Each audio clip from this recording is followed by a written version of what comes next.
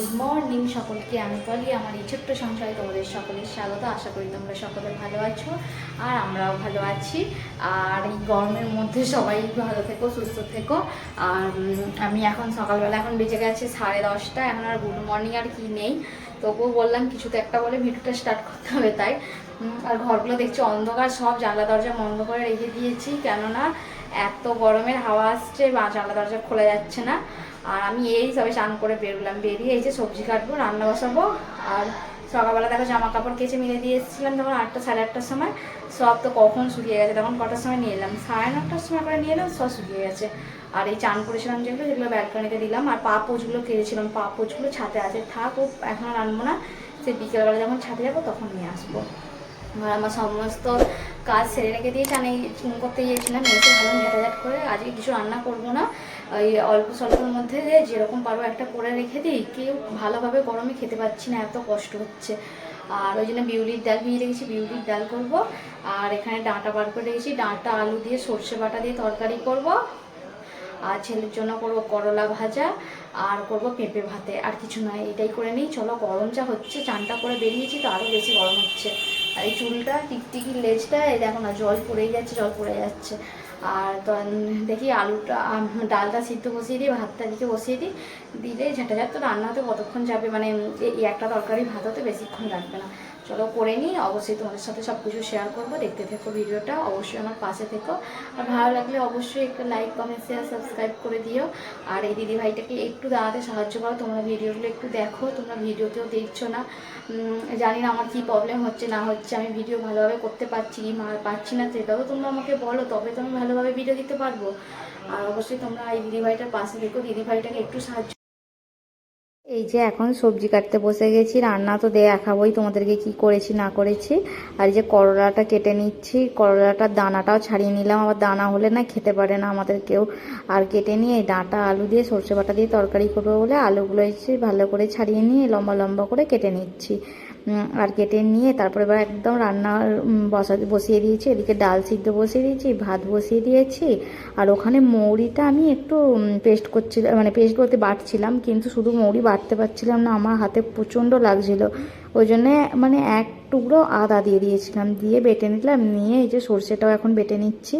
তার মধ্যে মাঝখানে করলাটা ভাজা বসিয়ে দিলাম, নুন হলুদ মাখিয়ে রেখেছিলাম, তাহলে তেলটা কম টানে, সেই জন্য করে বসিয়ে দিয়ে বেটে নিয়ে ছেলের জন্য বেদানাটা জুস করে নিলাম। ছেলে তো চিবিয়ে চিবিয়ে কোনো সবজি খায় না, সেই মানে ফল খায় না, সেই জন্যে। আর এই যে ডাঁটা আলুর তরকারিটা বসিয়ে দিচ্ছি, 5 ফোড়ন দিয়ে ডাঁটা আলুটা একটু তেলের ওপর নেড়ে চেড়ে নিয়ে এই আদা আর মৌরি বাটাটা দিয়ে একটু নুন হলুদ লঙ্কা গুঁড়ো সব দিয়ে জল ঢেলে দিলাম।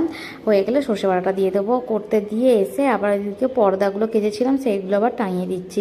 আর আমার ছেলে দেখো না এক জায়গায় ধীর স্থির হয়ে বসে না, উল্টো দিকে গেঞ্জি পরে বসে আছে।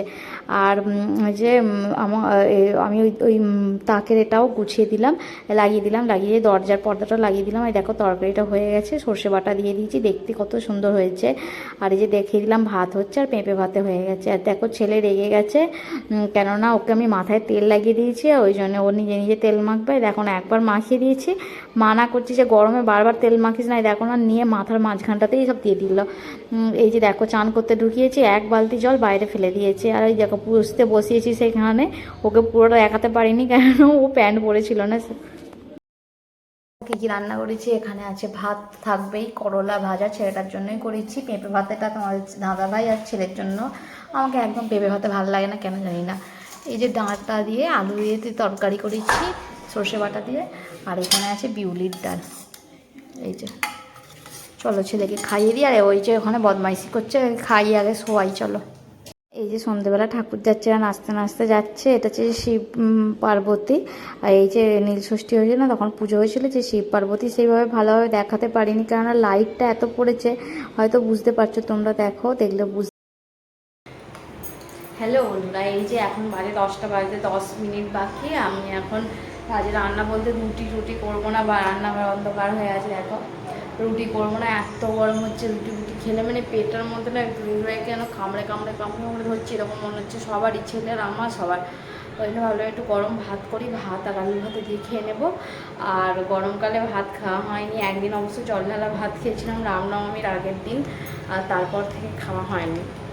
গরমকালে ভাতটা হয় না, কারণ তোমার দাদাভাই ভাত খেতে চায় না, ছেলে ভাত খেতে চায় না, ওই জন্য করা হয় না।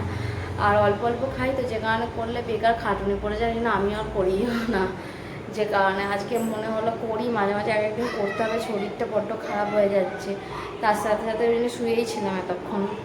আর হাঁপিয়ে যাচ্ছি কেন বুঝতে পারছি না, শুয়েই ছিলাম। উঠে আর এই যে বিছানাগুলো সব পরিষ্কার করছি, বিছানার চাদরগুলো কদিন ধরে চেঞ্জ করবো বলে করা হয়নি। কবে বললাম, পয়লা বৈশাখের দিন পাতলাম, আর হচ্ছে বেশি দিন না বেডশিট আমি শুতে পারি না, আমার জন্য কেমন হয়। এটা নতুন পেতেছিলাম বলে ভাবলাম যে 2-4 দিন থাক, আর এখন একবারেই কাচবো বলে আর কাচা হয়েছিল না। আজকে তুললাম, সকালবেলা ওরা স্কুল নেই তো দেরিতে উঠবে, যে কারণে আমি বলে কেচে সকাল সকাল মিলে দিয়ে চলে আসলে সকাল সকাল শুকিয়ে যাবে। নাহলে ছাদে যাওয়া যাচ্ছে না, এত রোদ্দুর। আর এই যা জিনিসপত্রগুলো সব মানে বালিশের কভার টভারগুলো সব খোলা হয়ে গেছে। বেডশিটটা চেঞ্জ পেতে দিই, দিয়ে তারপরে রান্না বসাতে আসবো। 10টা বাজুক, তারপরে ভাত বসাবো। 10:10 বাজুক, তাও লাইটটা বন্ধ করতেই ভয় যায়। এই যে রাত্রিবেলা এই যে বেডশিটটা চেঞ্জ করে নিচ্ছি, কালকে ঘর দোর পরিষ্কার করবো বলে ওই জন্যে। আর এই যে বেডশিটটা চেঞ্জ করে নিলাম, সাদা বেডশিটটা পাতা আছে তো বুকের ভিতর ধরাস করছে, কখন বলতে কখন এরা বাপ ছেলেতে মিলে কি লাগিয়ে দেবে।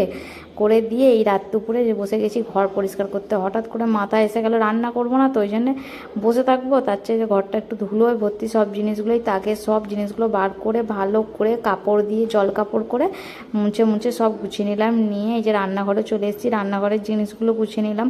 কি বলতো, একবারে সকাল থেকে করলে না বড্ড মানে খাটুনি হয়ে যায়।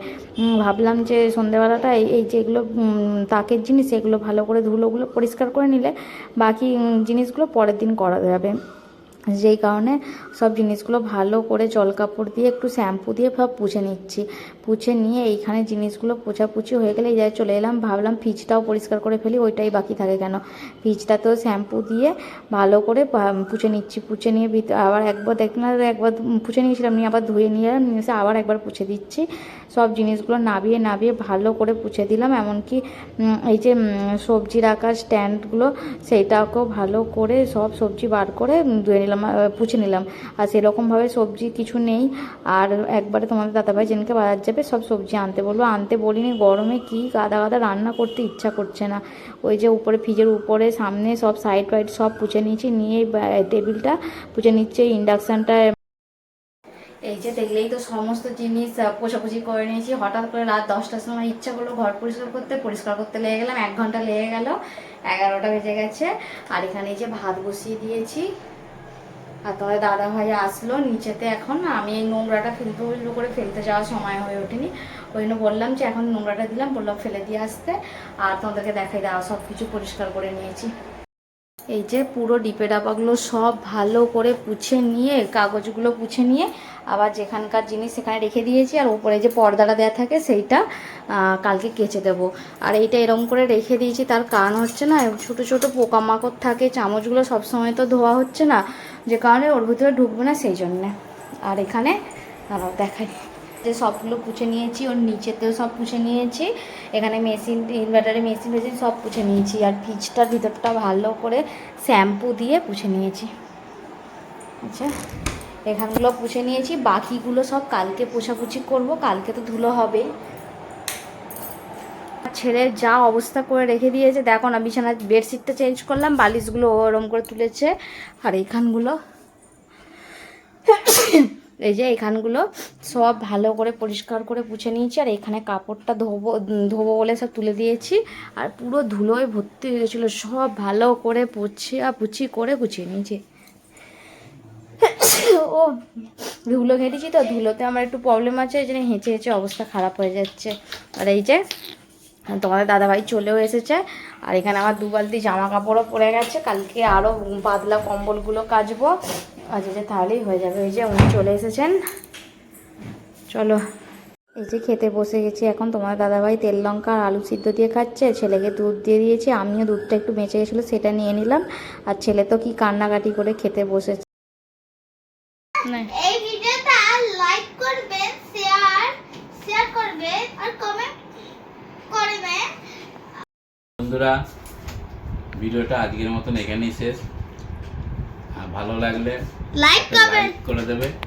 এই চ্যানেলে নতুন হও তাহলে একটা সাবস্ক্রাইব করে দেবে। আর কমেন্ট করে জানাবে কেমন কি ভিডিও হচ্ছে না হচ্ছে। তোমরা তো ভিডিও দেখছোই না, ভিডিও ভালো লাগছে কি খারাপ লাগছে সেটা তো আমাদেরকে জানাও অবশ্য। তোমরা ভিডিওটা পুরো দেখো, স্কিপ করলে কিছু মজাই পাবে না, বুঝতেও পারবে না কি করি না করি আমরা। পুরোটা দেখো, তারপরে কমেন্ট করবে, তারপরে যদি ভালো লাগে লাইক করবে। আর আজকের মতন এখানেই শেষ। দেখা Good দেখা night. জয় জগন্নাথ। দেখা হবে নতুন ভিডিও। দেখা